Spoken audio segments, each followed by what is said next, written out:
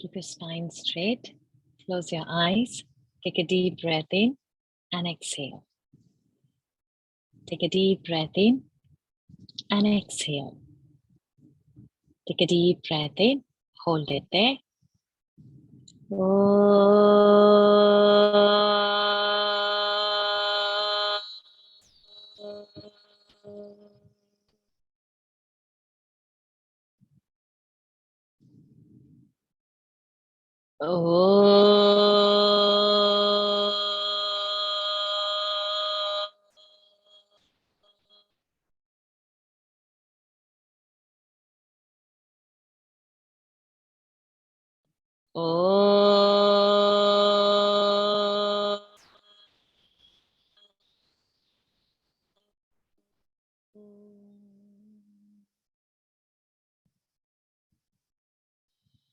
वक्रतुण्ड महाकाय सूर्यकोटि समप्रभ निर्विघ्नं कुरु मे देव सर्वकार्येषु सर्वदा सरस्वती नमस्तुभ्यं वरदे कामरूपिणी विद्यारम्भं करिष्यामि सिद्धिर्भवतु मे सदा गुरुर्ब्रह्मा गुरुर्विष्णु गुरुर्देवो महेश्वरः गुरु साक्षात् परं ब्रह्म तस्मै श्री गुरवे नमः वसुदेवसुतं देवं कंसचाणूरमर्दनं देवकी परमानन्दं कृष्णं वन्दे जगद्गुरुं कृष्णं वन्दे जगद्गुरुम्. Pranams to the Lord. Pranams to all the Mahatmas who have joined in today's session for Gita. It's a wonderful decision that you have taken for yourself. And probably it starts with me that even I would get to learn Gita. Many times, like we all know in Singapore now, Swami Sarvapriyananda is there. And to Puja Swamiji, yesterday someone had asked a question, how to balance Gita and a family life. So we don't have the atmosphere. So probably it's more for the sannyasis and for the ashram people. It will be easy to learn Gita, and it's not meant for the family life. And to that person yesterday, Puja Swamiji replied that Gita was not told in an ashram setup. Gita was told in the battlefield, amidst the battlefield. And now we, at this point, we should just close our eyes to imagine the vastness of that battlefield, which had 18 Akshavini Sainyas. 11 from Kaurava side and 7 from Pandava side. And one Akshavini has so many, 21,000 batches of elephants, 21,000 batches of horses, then 1 lakh footmen. And there is so much chaos in one Akshavini itself. You just imagine 21,000 elephants or horses should stand. And like that, 18 Akshavini. This is one Akshavini. So you just try to get the magnanimity of that particular battlefield. One small marriage hall where we are inviting, let's say, 200 people or 400 people. There is so much of chaos that is happening, like people are talking, so many things are happening in that marriage hall, and we have to organize so many things. Now you just imagine with so many foot soldiers in each Akshavini. Excuse me.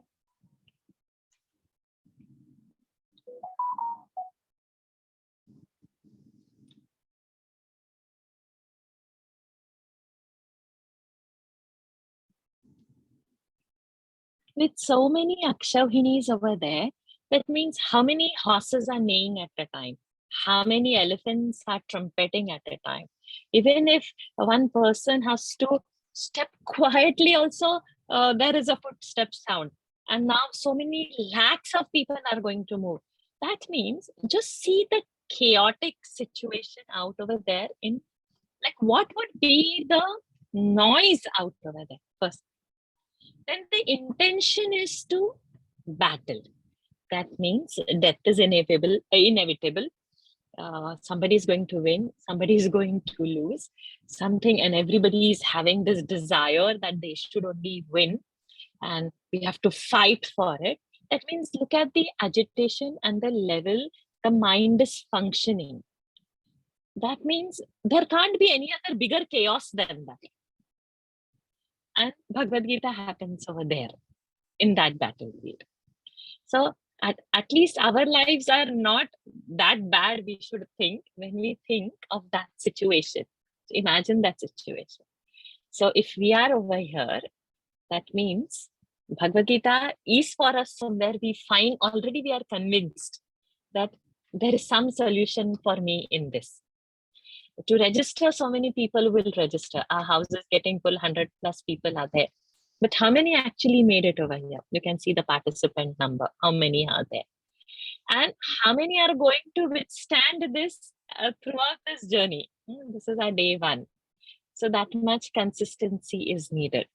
And like always I say, all my classes will be free, and many of you had asked me what are the fees of the class.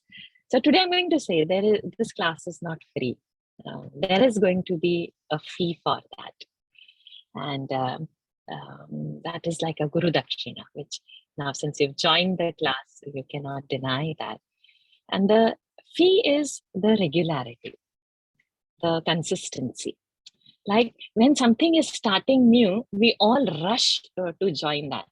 But are we able to sustain, continue, and maintain that and complete what we have taken? So one, I will insist is, this is going to be a long journey. We have to learn 700 verses. Now, the previous class, the batch which has that, and so many from that batch are also over here, we did just that chanting aspect. We learned the chanting, we learned the pronunciation, and we moved on, which still took 1.5 years. Now, just imagine if we are going to learn a little bit of Sanskrit into it, a little bit of meaning into it, it's going to go beyond 1.5. And we also have to, some things we have to memorize, something we'll have to set a time aside for this study. We have to make our own notes of this. And then we have to implement it in life also, because it should not be just an intellectual receiving. I can talk, you can listen, you have understood, and we move. So some small changes we'll have to commit for this class. And that is the fee. That if it is there, then there is a joy in being in the class. Otherwise, it just goes like any other class. You can be present or absent. Doesn't matter. Attendance is not mandatory. Right? So that commitment goes, and then the purpose edifies. So when we have born itself, when we have got a body itself, that means we are into problem. So as we grow, there are going to be so many other issues.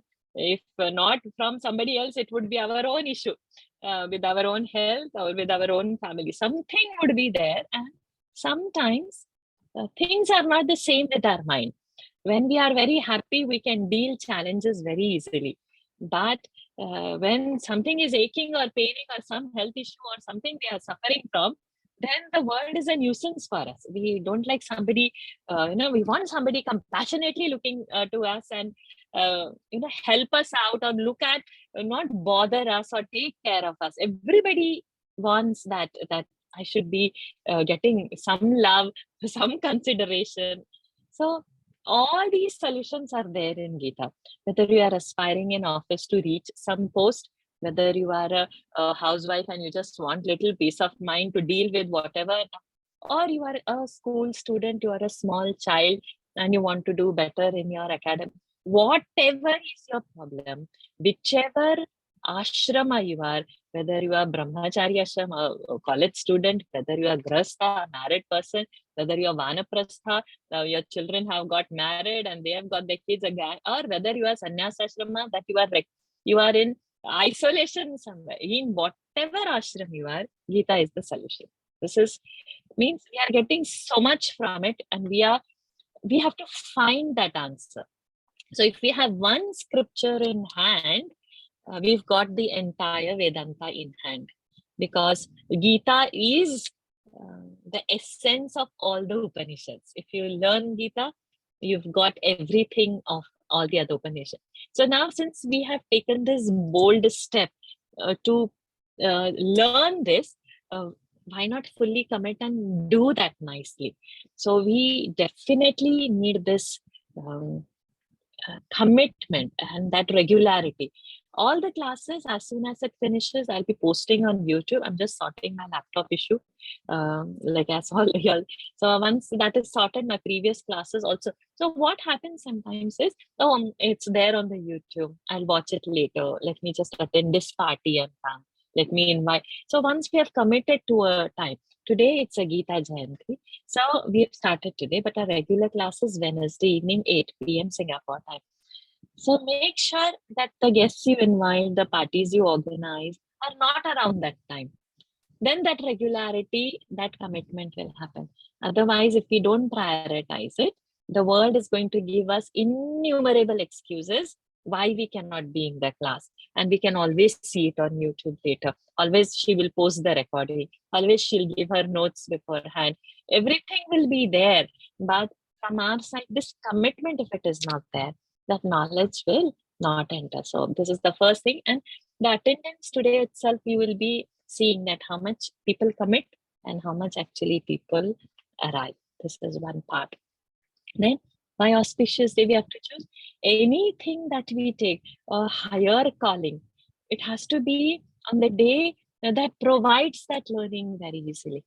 So today being the Gita Jayanti, where Gita was told to Arjuna by Lord himself, when we select such auspicious day, it makes our job little easy. It makes our learning very easy. So this is one of the reason why instead of Wednesday, we've done it on today, and then we continue back on Wednesday. And as we go through, we will be seeing how we have to progress, what homework, small homework, kuti, so that you make your notebook separate, you make your recording separate, and see. For this class, those who have attended previous, so for this class, there's a difference. We will not have audio corrections later. Whatever audio corrections we need will be in the class. So don't feel shy to chant and show, because sometimes if you make that mistake and I'm trying to correct you, somebody who is shy understands that or gets little bolder to chant, and that would be answer for many. Like for Krishna, who is answering to Arjuna, it's actually the message for us. So we stay as a family. So please don't shy to chant. The more you volunteer, come forward, I get to know you, and you would also get to learn with a personal attention. Since we don't have the separate audio correction, the commitment of other classes is high. As the routine sets in, if God gives me more strength, probably we'll open this also for audio corrections eventually. But going forward, for few classes, we will have all the audio corrections done in the class itself. Okay. So with this, let's begin the session. A very happy Gita Jayanti to all of you. May all our beginnings on this auspicious day, whatever we are trying to learn, may it fructify, and may Lord grant us strength to stay put on this path. So let us, the format will be, I will be doing, today we are starting with Gita Dhyana Shloka, and then the chapter we will commence with. I'll be displaying the PowerPoint. Aryan will be helping me. Sagar, if you're there, you can just start with the first slide. And those who want to chant, there is a raise hand option. So you have to use the raise hand option so that I can select you. And the method is that the kids are there in the class. The kids will raise hand first, and then the adults get turn. So don't raise hand if you're adult now. All those who are kids, use the raise hand option in that Zoom so that I see you first. And we finish the kids chanting first. and then we go to the adults. This will always be the thing. And adults who like to be kids also do not hesitate to raise after they finish. Okay, so Aryan, if you are back, can you please share the screen? Yeah, okay. We can go to the next slide. You can read this later at leisure. I have put it, but just a brief thing.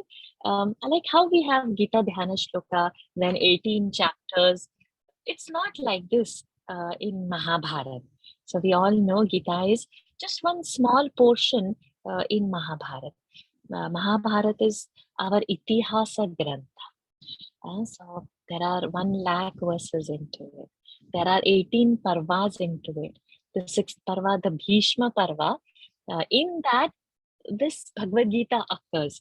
And in that, this Bhagavad Gita is only 700 verses. And it is not in a chapter format. Neither these Dhyana shlokas are there in that. So it is going as in one flow, as a part of the story, and we have taken it out. So this Mahan Acharya, Madhusudan Saraswati ji, what he did while writing his commentary, he gave the chapter names and he did this Dhyana Shloka. So now it has become in the tradition that we chant the Dhyana Shlokas, offering our namaskaras to everyone in the lineage, and then get into a systematic study by naming the chapter and dividing the entire 700 verses into 18 chapters. We can go in the next slide. Okay, so is the screen clearly visible?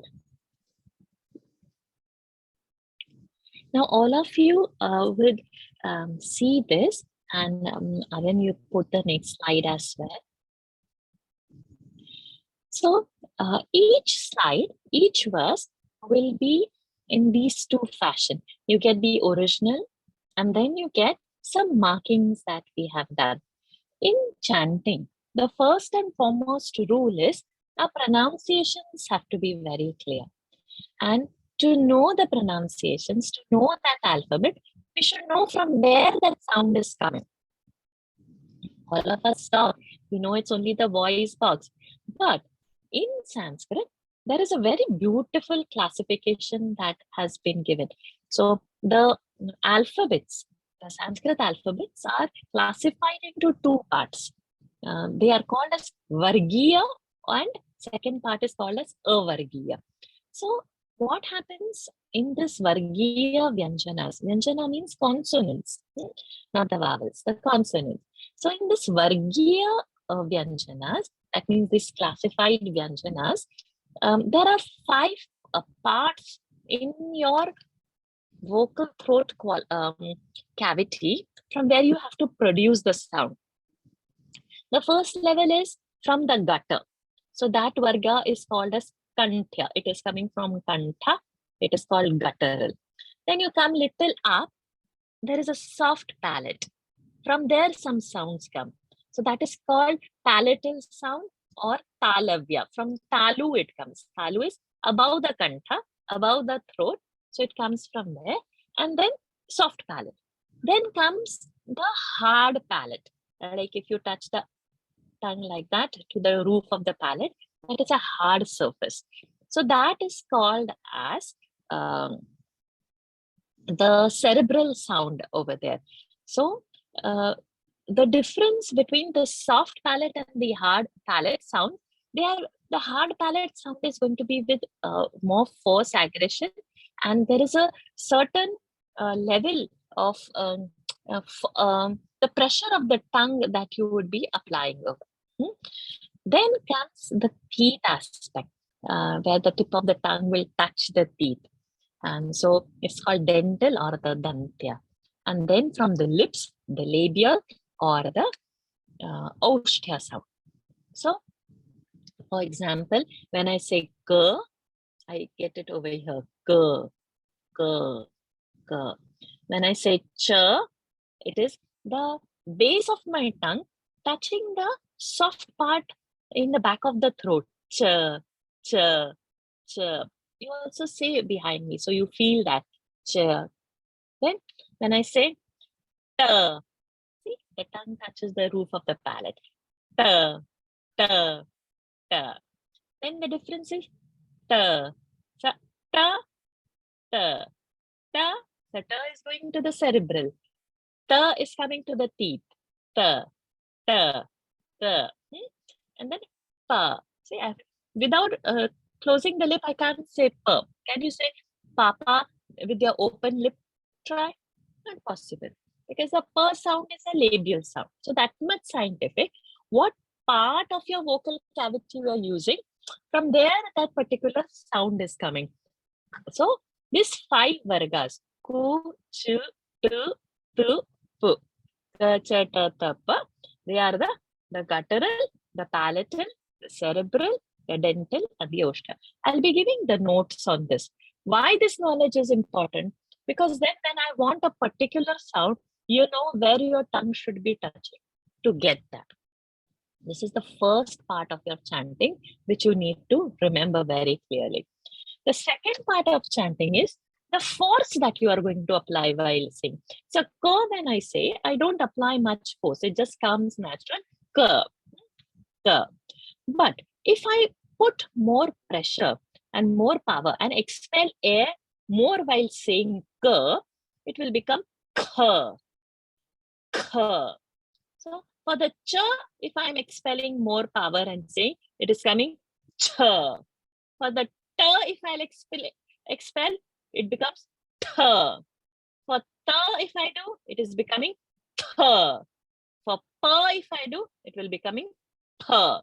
So this ka, cha, ta, ta, pa, they are having less power. We call it alpa prana. Alpa. You don't need effort. And the same ka, cha, ta, ta, pa, when we put out those sounds with more pressure, we get kha, cha, ta, tha, tha. These are called Mahapranas. So the alphabet is same, but the applying pressure is different.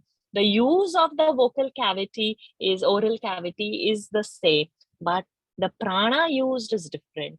So it is called as Mahaprana. So we have like this Alpa Prana and Mahaprana and the knowledge of the vocal quality. We need to combine that to be able to chant that particular alphabet correctly. This is first. Then there are some chanting rules, which as we go in the first verse, I will explain them slowly. But at the moment, how we will follow this particular chart is the red ones, which are marked in this, you require more force. These are called Mahapranas. So ka, not like that. Ka you need, not the.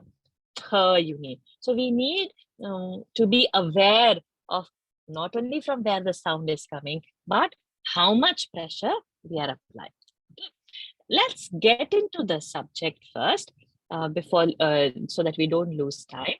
All the kids who are there, please use the raise hand option. I see only one person raising hand. So, okay, Sahana and Uma, we'll start first with you so that the others can get the confidence. So Sahana is a young girl. She's sitting with her mom. So those kids who are there with your parents, please raise your hands first.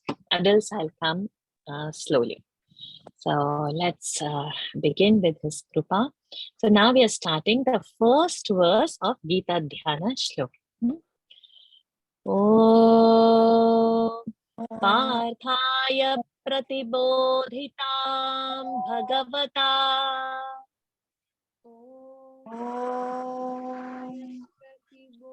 Parthaya Pratibodhitam. Dhanalakshmi ji, you can mute yourself.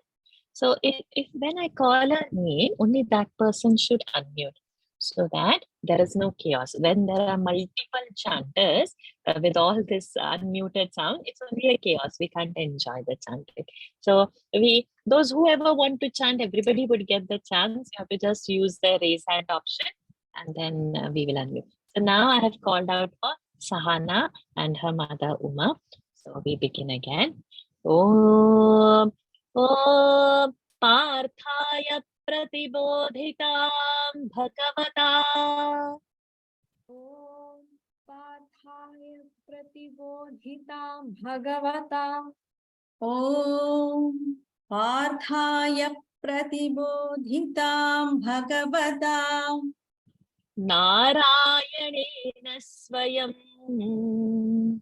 नारायणेन स्वयं नारायणेन स्वयं व्यासेन ग्रथितां पुराणमुनिना व्यासेन कथितां पुराणमुनिना ग्र अल्प व्यासेन ग्रथितां पुराणमुनिना व्यासेन ग्रथितां पुराणमुनिना मध्ये महाभारतम् मध्ये महाभारतम् मध्ये महाभारतम्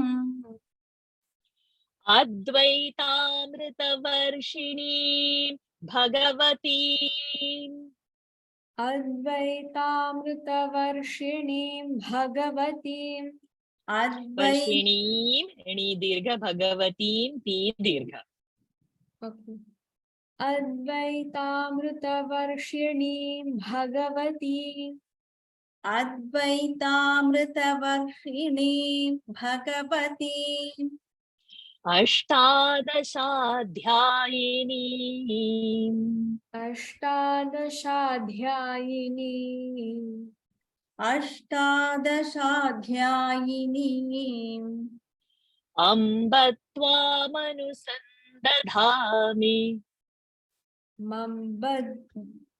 अम्ब अम्बद्वामनुसन्दधामि अम्ब त्वामनुसन्दधामि Okay. अम्बत्वामनुसन्दधामि अम्बत्वामनुसन्दधामि भगवद्गीते भवद्वेषिणी भगवद्गीते भवद्वेषिणी Bhagavad go ahead भगवद्गीते भवद्वेषिणी. So now what I have to draw your attention is on the blue alphabets. The blue alphabets are called as Dvitva. So I have heard so many chanters, I've been in so many groups. Very few people teach this particular rule. And our class would be really outstanding for those who follow this particular chanting. Your chanting is going to be awesome. So all the young kids, just notice the blue alphabets. They are called as Dvitvas. So when does a Dvitva happen? When the next alphabet is a conjunct. What is a conjunct? When two consonants join, when two vyanjanas come together. So now what happens over here? See the word pratibodhitam. The first word is pra. Pra is a pa and a ra together. So two alphabets have come together. Two consonants have come together. So when such two consonants come, the previous alphabet, if it is a rasva, now new term I have introduced, rasva is a short sound. Dirgha is a long sound. Like a is a short and dirgha of a is a. E is a short sound. E is a dirgha, long sound. So this rasva and dirgha, we have to also have a particular way of chanting. Like when Sahana was saying in Advaitamrita Varshini, I said ni is dirgha. So dirgha means a long. You have to hold it for two matras. Short is one matra and the long sound is two matras. So dirgha sound. So now when this conjunct is there, two consonants are joined, like pr, and ro have joined to form one alphabet. The previous sound, if it is a rasva, that means if it is a short sound, like now we have over here partha ya. So ya is having ya plus So is a short sound. That means that year should be a dvitva. So we will not say Om Parthaya Pratibodhita. We will say Parthaya Pratibodhita. Yep, So one extra ip sound has come. Om Parthaya Pratibodhita and Om Parthaya Pratibodhita. Parthaya Pratibodhita, Parthaya Pratibodhita. Do you get the difference of the year? So we in this class, we are going to follow the Dvitva rule.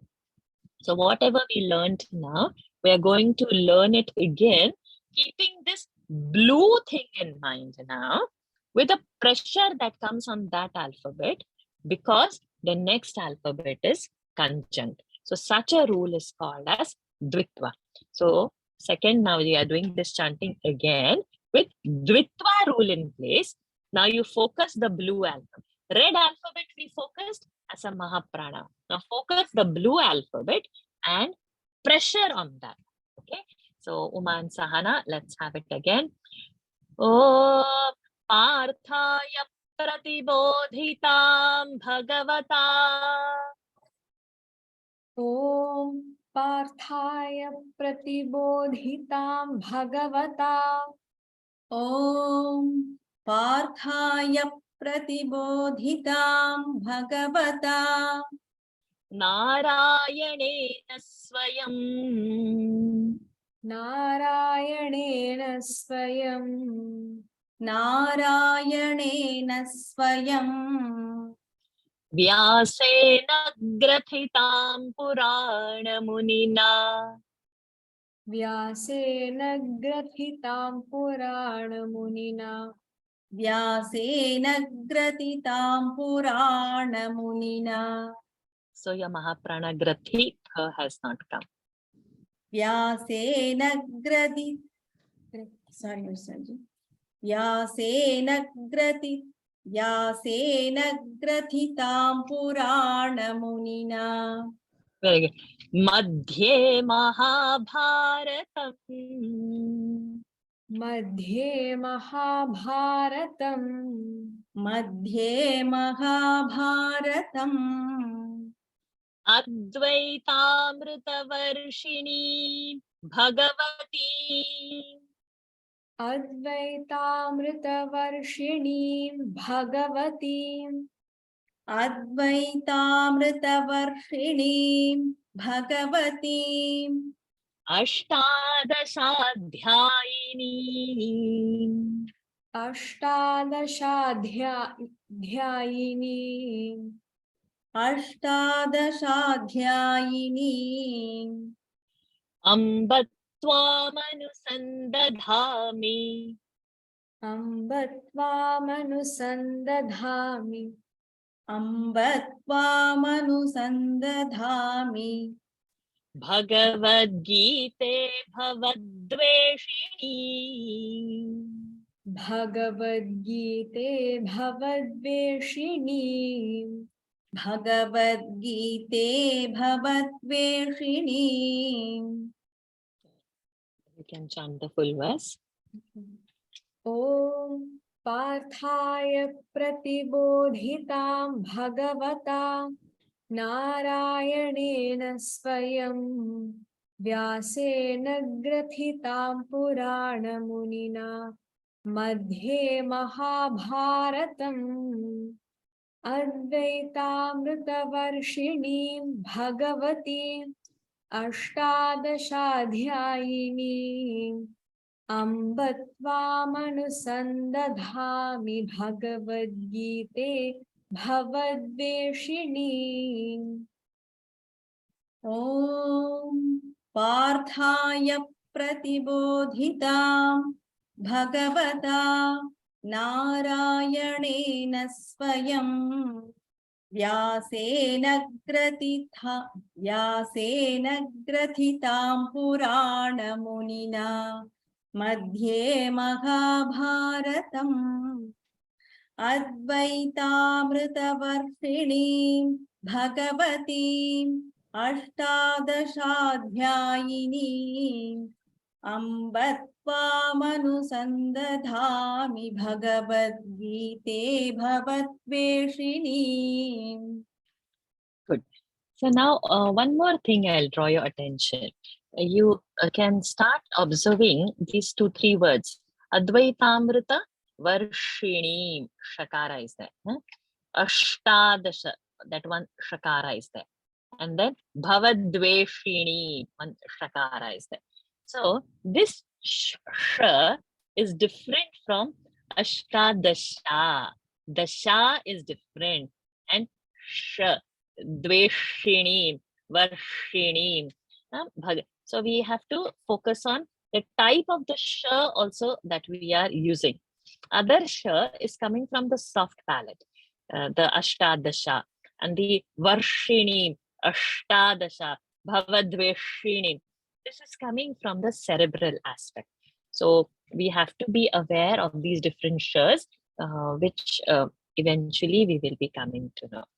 I'll chant this whole verse again. Om Parthaya Pratibodhitam Bhagava. One more thing. People say Pratibodhitam, we have said. So they say also Bhagavatam. So Bhagavatam is not the word, which after this I'll say why we are not saying Bhagavatam and why we are saying Bhagavata only. Okay.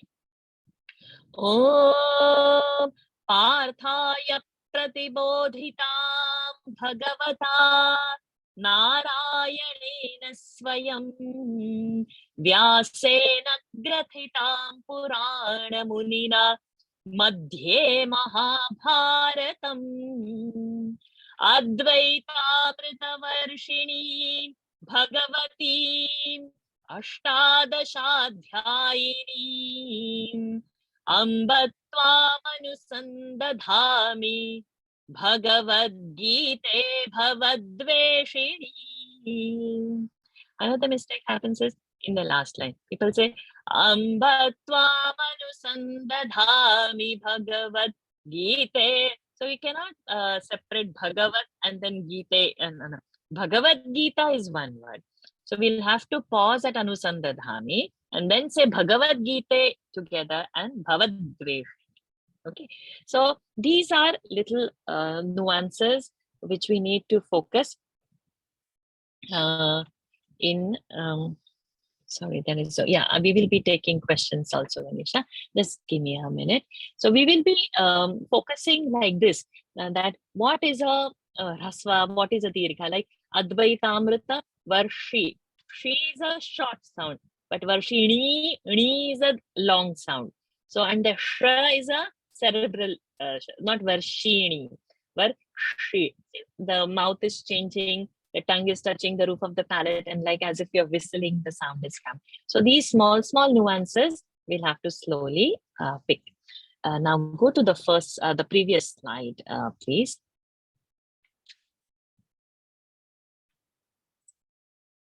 We need the previous slide. Are you there? Aryan, if you're there, can you go to the previous slide?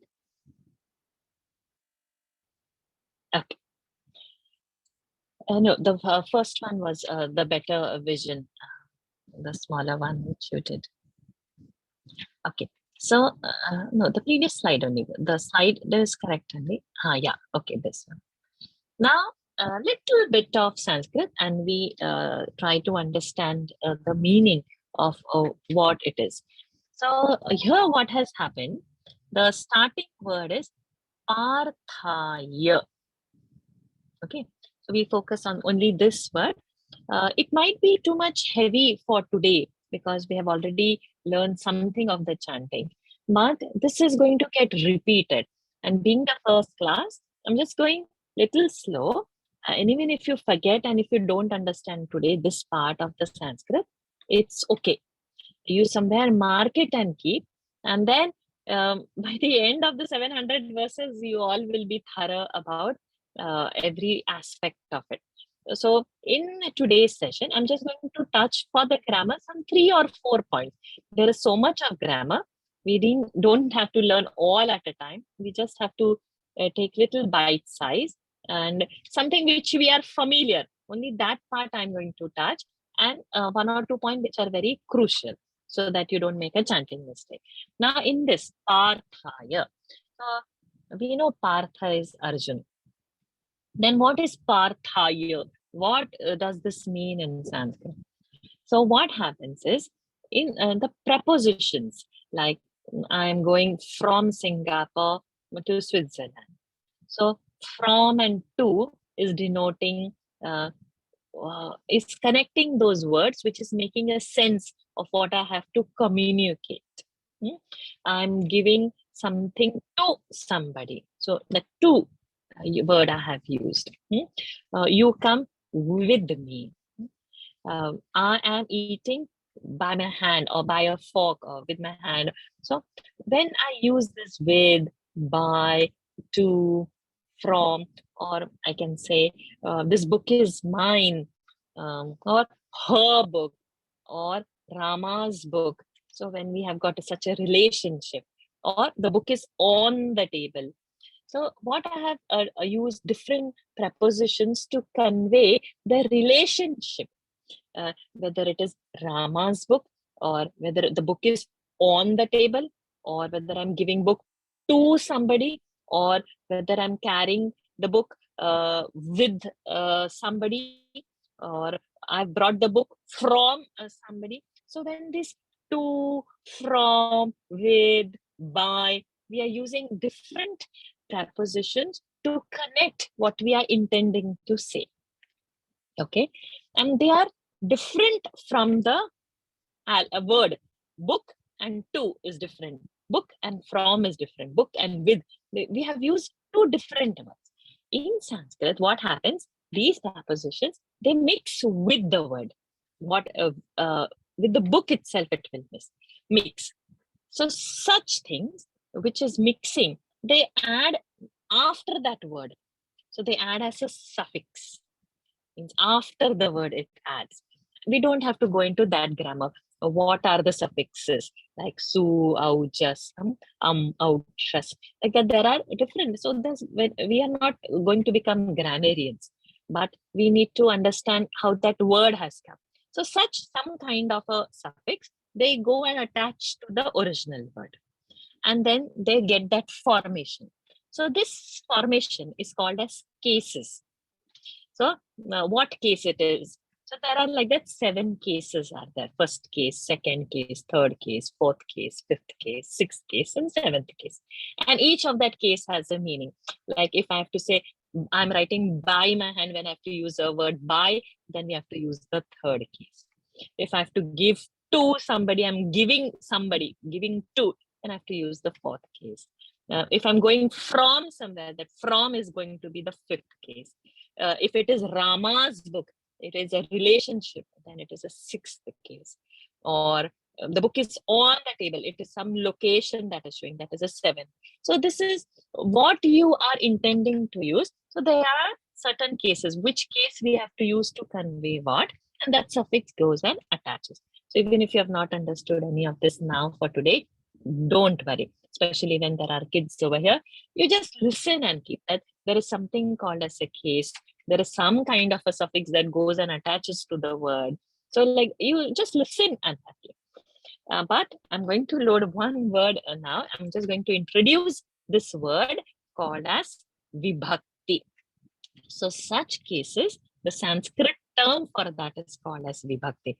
Do you have to learn while learning Gita? No, you don't have to learn it. You just be aware somewhere, you keep it in the archives in the brain somewhere. And then later on, whenever we want, we will remove it from there. At the moment, we are just storing it, whatever we are receiving on the day one. So this word parthaya is called as fourth case. So for the case, fourth case. So case we know vibhakti and chaturthi. Don't worry, even if you are forgetting. So this fourth case denotes two. So two partha. So this whole Gita is being told to partha. Partha is to Arjuna. So parthaya pratibodhita. Pratibodhita means he's being told, he's being given that knowledge. Then this word is coming Bhagavata. Okay, so why it is not Bhagavatam and why it is Bhagavata, we need to listen this and keep, no need to memorize. So this is the third case of the word Bhagavat. So we saw the word Partha. Partha's fourth case is Parthaya. But Bhagavat word is there. Bhagavat. The tha is the ending. So in that, the third case is Bhagavata. So the word will go like Bhagavan, Bhagavantam, Bhagavata, Bhagavate, Bhagavataha. So what we have to convey accordingly like Bhagavati, it will different forms that Bhagavat word will take. So now it has taken the third case form, which means by Bhagavan. It means by whom that action is done. It's done by Bhagavan. So Bhagavata means by Bhagavan. Third case. Parthaya means to Partha. So by Bhagavan to Partha, it was given. And how is this Bhagavan? He is Narayanena Swayam. So Bhagavat, third case is Bhagavata. But Narayana is not like Bhagavat. Narayana is like Partha, sound. Narayana, Partha, ending. So Narayanena, that is also the third case. If Partha, we want to do third case, it will become like Parthena, by Partha. But it is not by Partha, it is to Partha. So we use fourth case, it is called Parthaya. Do we need to know so much to learn Gita? No, we don't have to know. But because it's the day one, what is the thought process of employing certain words? So what if I forget today and what if I've not understood? Nothing, no problem at all. The lesson will be on the YouTube. You are just keeping it in the book somewhere. Oh, this is something she was telling as third case and not. You just mark that as third case and keep. By the end of some few months, it will all just reveal to you. So Swayam means by himself. Narayana himself, Bhagavan Narayana himself has been giving this knowledge to Partha. And what kind of, how this knowledge? It is Vyasena. Like how we saw the word Narayanena and we understood it is third case, which means by Narayana. So now you can guess. Vyasena means also it's going to be third case. And what would be the meaning? By Vyasa. So by Vyasena, third case means by Vyasa. Grathitam. He has made this all together. Purana Munina. How he is? Munina. So it is also from the word Muni, but now we don't get into too many cases. Muni is sounding like E ending, right? Like Partha, Vyasa is sounding A ending. Bhagavat is sounding Ta ending. Muni is sounding E ending. So then these endings are changing. Then the third case and the fourth cases would be different, but we will see that in a later. And where Madhye Mahabharatam, in the between of Mahabharata, this Gita has come by Bhagavan to Nara. So in the chaos, so it is in our chaotic life, we need Gita, and that's how Lord has facilitated it for us on today's Muhurta to learn this. This is the first two lines. Now, the description of this Gita, how is she? She is how Advaita Amruta Varshini. Varshini means one who is showering. Varsha. Varshini, one who is showering.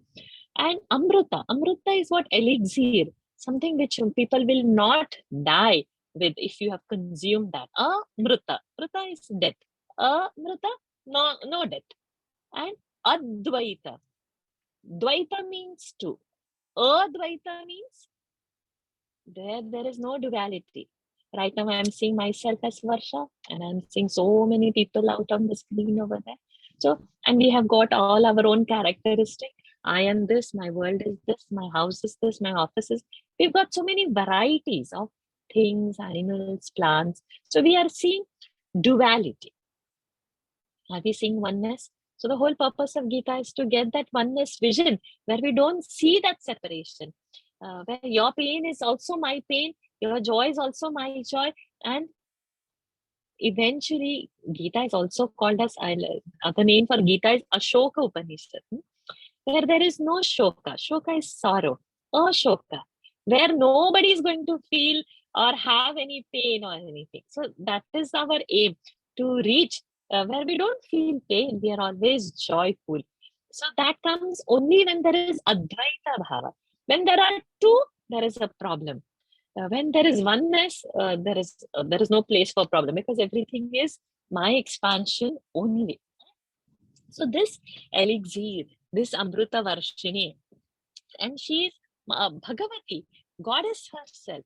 And how she is? Ashtadasha, Dasha, 10. Ashta, 8. Ashtadasha, 8 and 10, 18. Ashtadasha Adhyayini. She has got 18 chapters. Again, this shlok is done by Madhusudan Saraswati ji, and he has divided that Gita into 18 chapters. Now, somebody had asked me in the personal question over here, why Amba and why not Amba? Amba is the word. But as we saw these vibhaktis, right, there are 7 cases. There is the 8th form. It is called as Sambodhan. Sambodhan means when we say, oh Lord, when we call out, right? Oh Ma. So when we say this exclamation, when we are addressing, when we are calling, so this Amba word in a Sambodhan vibhakti, it becomes Amba. So Amba only, the word is Amba, it is a Strilingi word, but Amba means oh mother. So it is a call out, it is a Sambodhana, it is addressing to her. So Gita is taken now as a mother form. Tvam. Tvam is a second case, but now let's not bother with the cases. It is of you. So you, Anusandadhami, like let me get it through you, let me get it follow through you. I want to follow you. Anusandhana. What? Bhagavad Gita, O Mother Bhagavata, Bhavadveshini. So this Bhava Sagara is like we are in a complete turmoil. And you will remove that fear out of me, out of this world, this hatred from the world, this duality from the world. So such a Bhagavad Gita, Lord Narayana himself has taught Arjuna. So when we are seeing a little bit of Sanskrit, little bit of meaning, but our focus is definitely chanting, and today is the day 1. So it's it's going to take little time. And this is only the teething problem. Once we are set into this, then we will be able to do many more verses all together. Now, before I go into the next verse, because the time is getting closer, if anyone has a doubt, please raise your hand. Or you can unmute and ask the question if you have a doubt. What is Bhavadveshini? I didn't understand properly. Yeah, so it is something where you are seeing a dvitva, right? I'll just take, could you just reduce the size of that chart? Or maybe I can.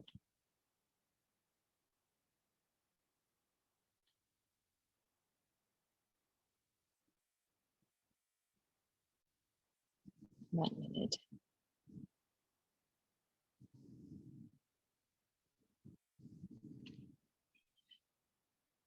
Bhava is the word, world, okay?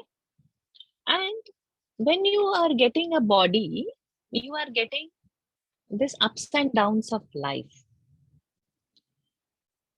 Rebirth is a problematic because you suffer. There is joy and there is a combination of sorrow. And there is a joy and there is a combination of sorrow. And there is not a permanent happiness. So this Gita, which is Amruta Varshini, Bhava-roga means this duality, this sorrows of the world, who is destroying. She destroys. She dveshini. She takes it away. What? The bhava problem. Bhava means world. The worldly life problems, this duality, she destroys. to that mother, we are offering our namaskara. We are following her. So we are asking her that let all that happen to me. Have I answered your question, Shardaji? No, understand. Okay. Anybody has any other question? Masterji, I have a doubt in the Dvitvas.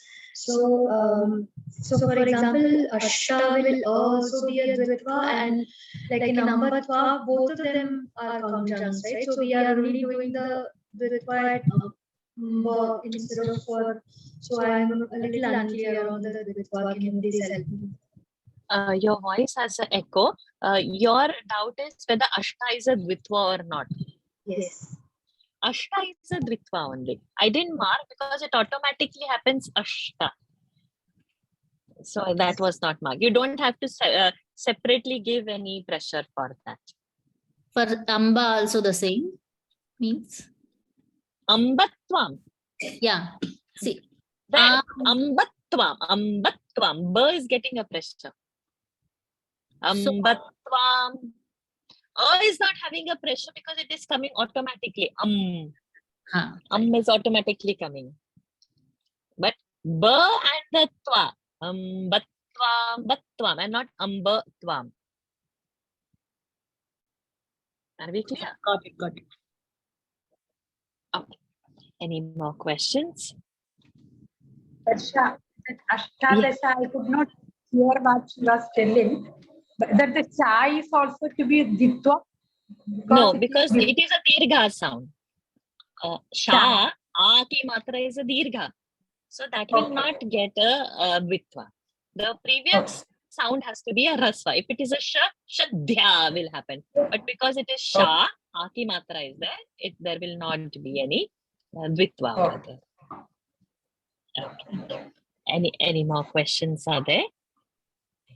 A general question, whether is this the first shloka of the Bhagavad Gita? No, it is a first shloka of the dhyana shloka. Before the Gita would start, we have to meditate upon some gods, some creators, and Bhagavad Gita. We are offering our namaskaras to Bhagavad Gita, to Vyasamuni, to Krishna himself. So this is done by Madhusudan Saraswati ji. This is not a part of Mahabharata. And before, there are 9 verses in the Gita Dhyana Shloka.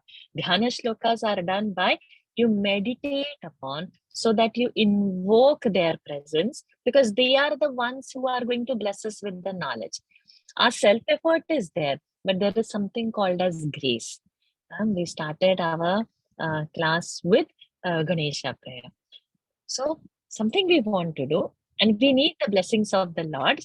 So we say, okay, let the vignas go. Let whatever I have done, let it complete. Let me have my memory retention capacity. We invoke Saraswati ji.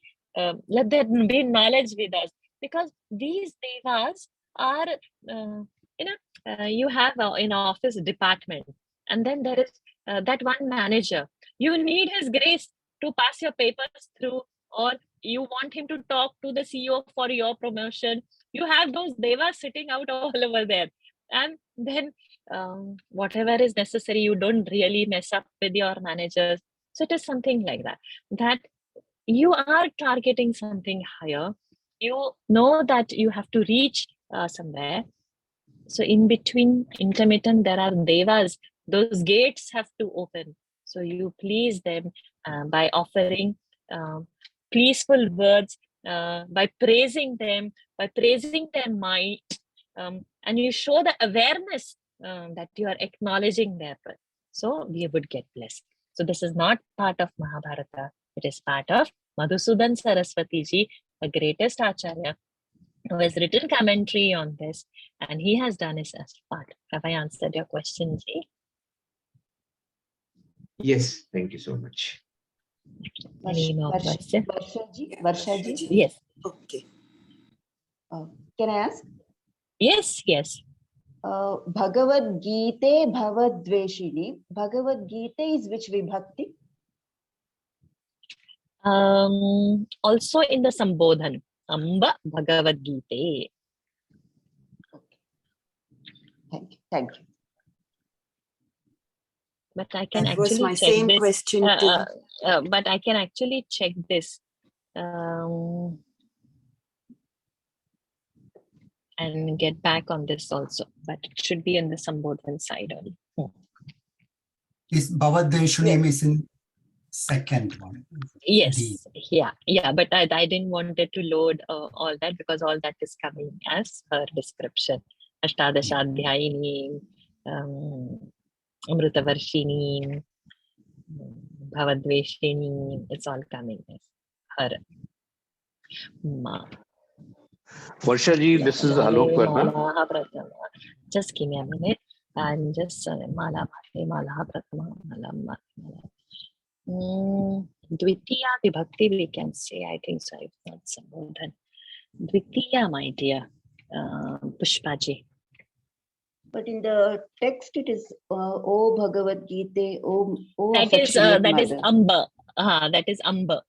Oh. That is for Amba. Dvivachan, hey Mali. No, Bhagavad Gita is Sambodhan only. We get it as Mali also. Yeah. Sambodhan only we take, not Dvivachan. Dvitiya. Sambodhan only, yeah. Okay. Sorry. Somebody is asking some more questions. Varsha ji, this is Alok Verma. Thank you so much for letting us to join your class. It's really been very, very useful. And since we are the beginners, I just wanted to understand that this is the first class.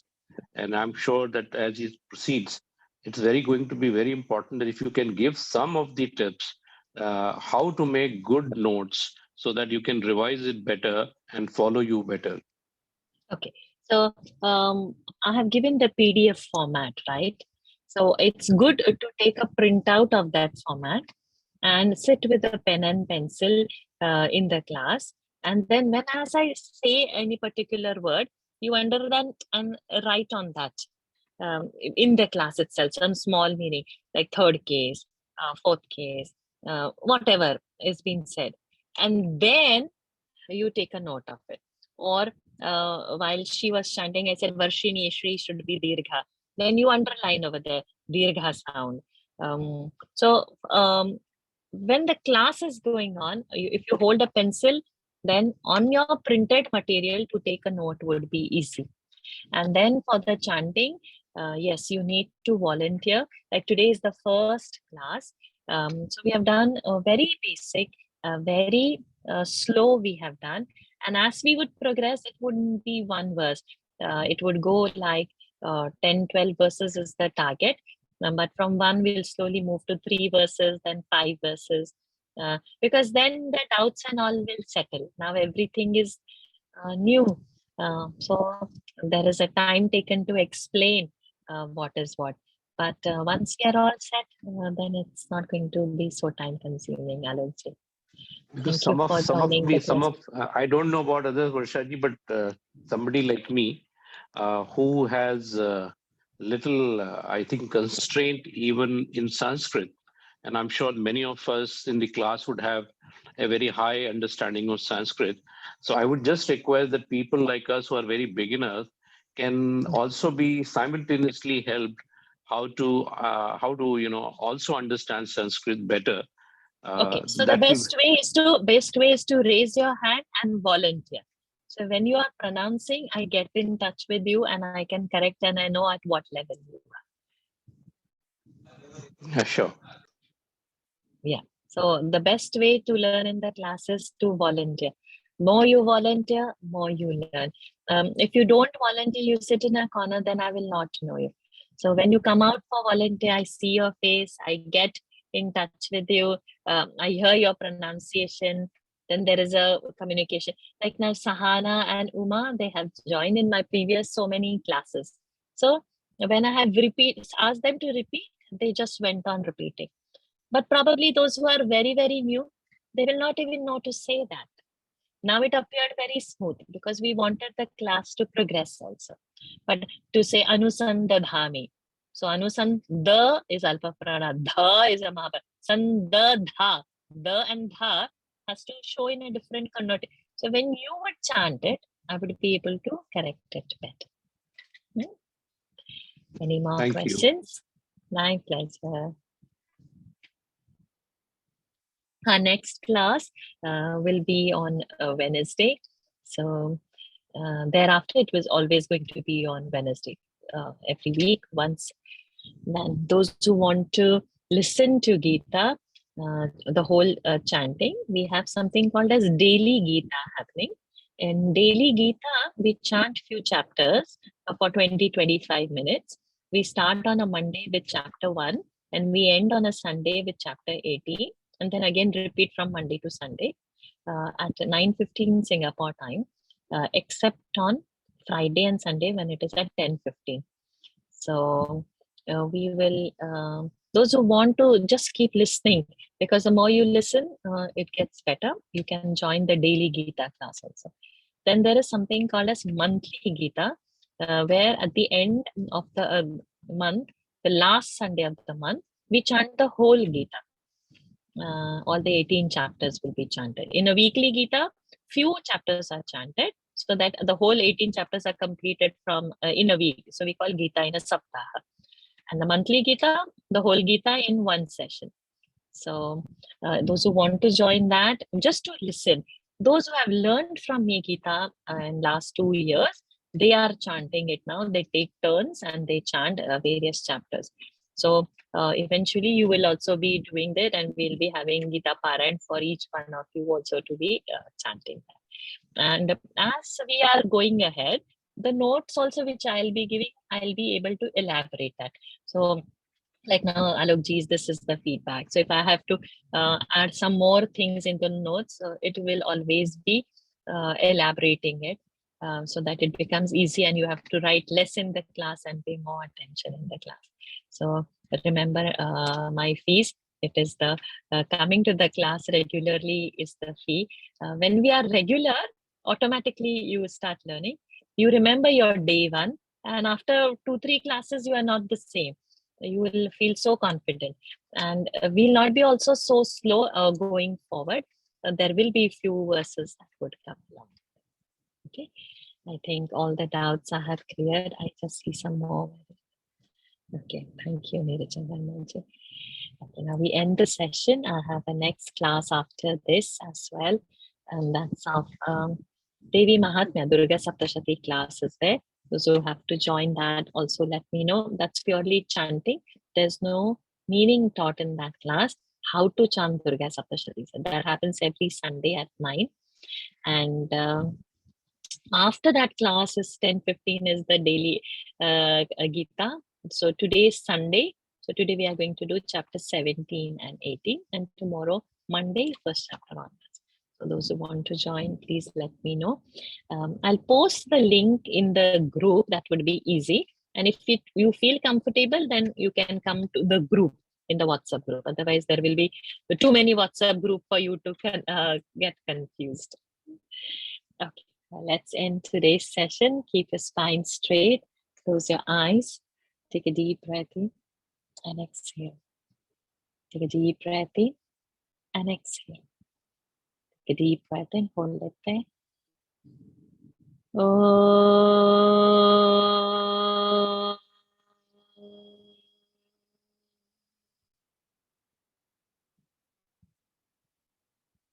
Oh.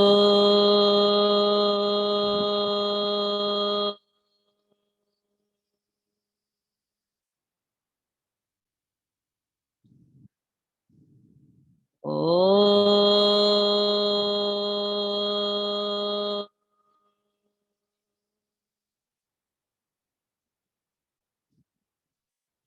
Om Purnamadah Purnamidam Purnat Purnamudachyate Purnasya Purnamadaya Purnamevavashishyate. Om Shanti Shanti Shanti. Harihi Om. Shri Gurubhyo Namaha. Harihi Om.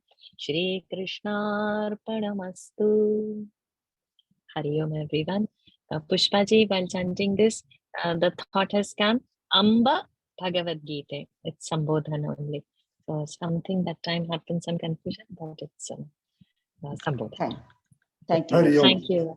Hari Hari Om. Om ji. Hari Om. Hari Hari Om. Om. Thank Hari you. Om. Hari Om. Shubhratri, Mataji. Thank you. Thank you, Hari Om, Usha ji. Hari Om. Thank you, Ashaji. Hari Om. Thank you, Hari Varshaji. Om. Hari Om. Hari Om ji.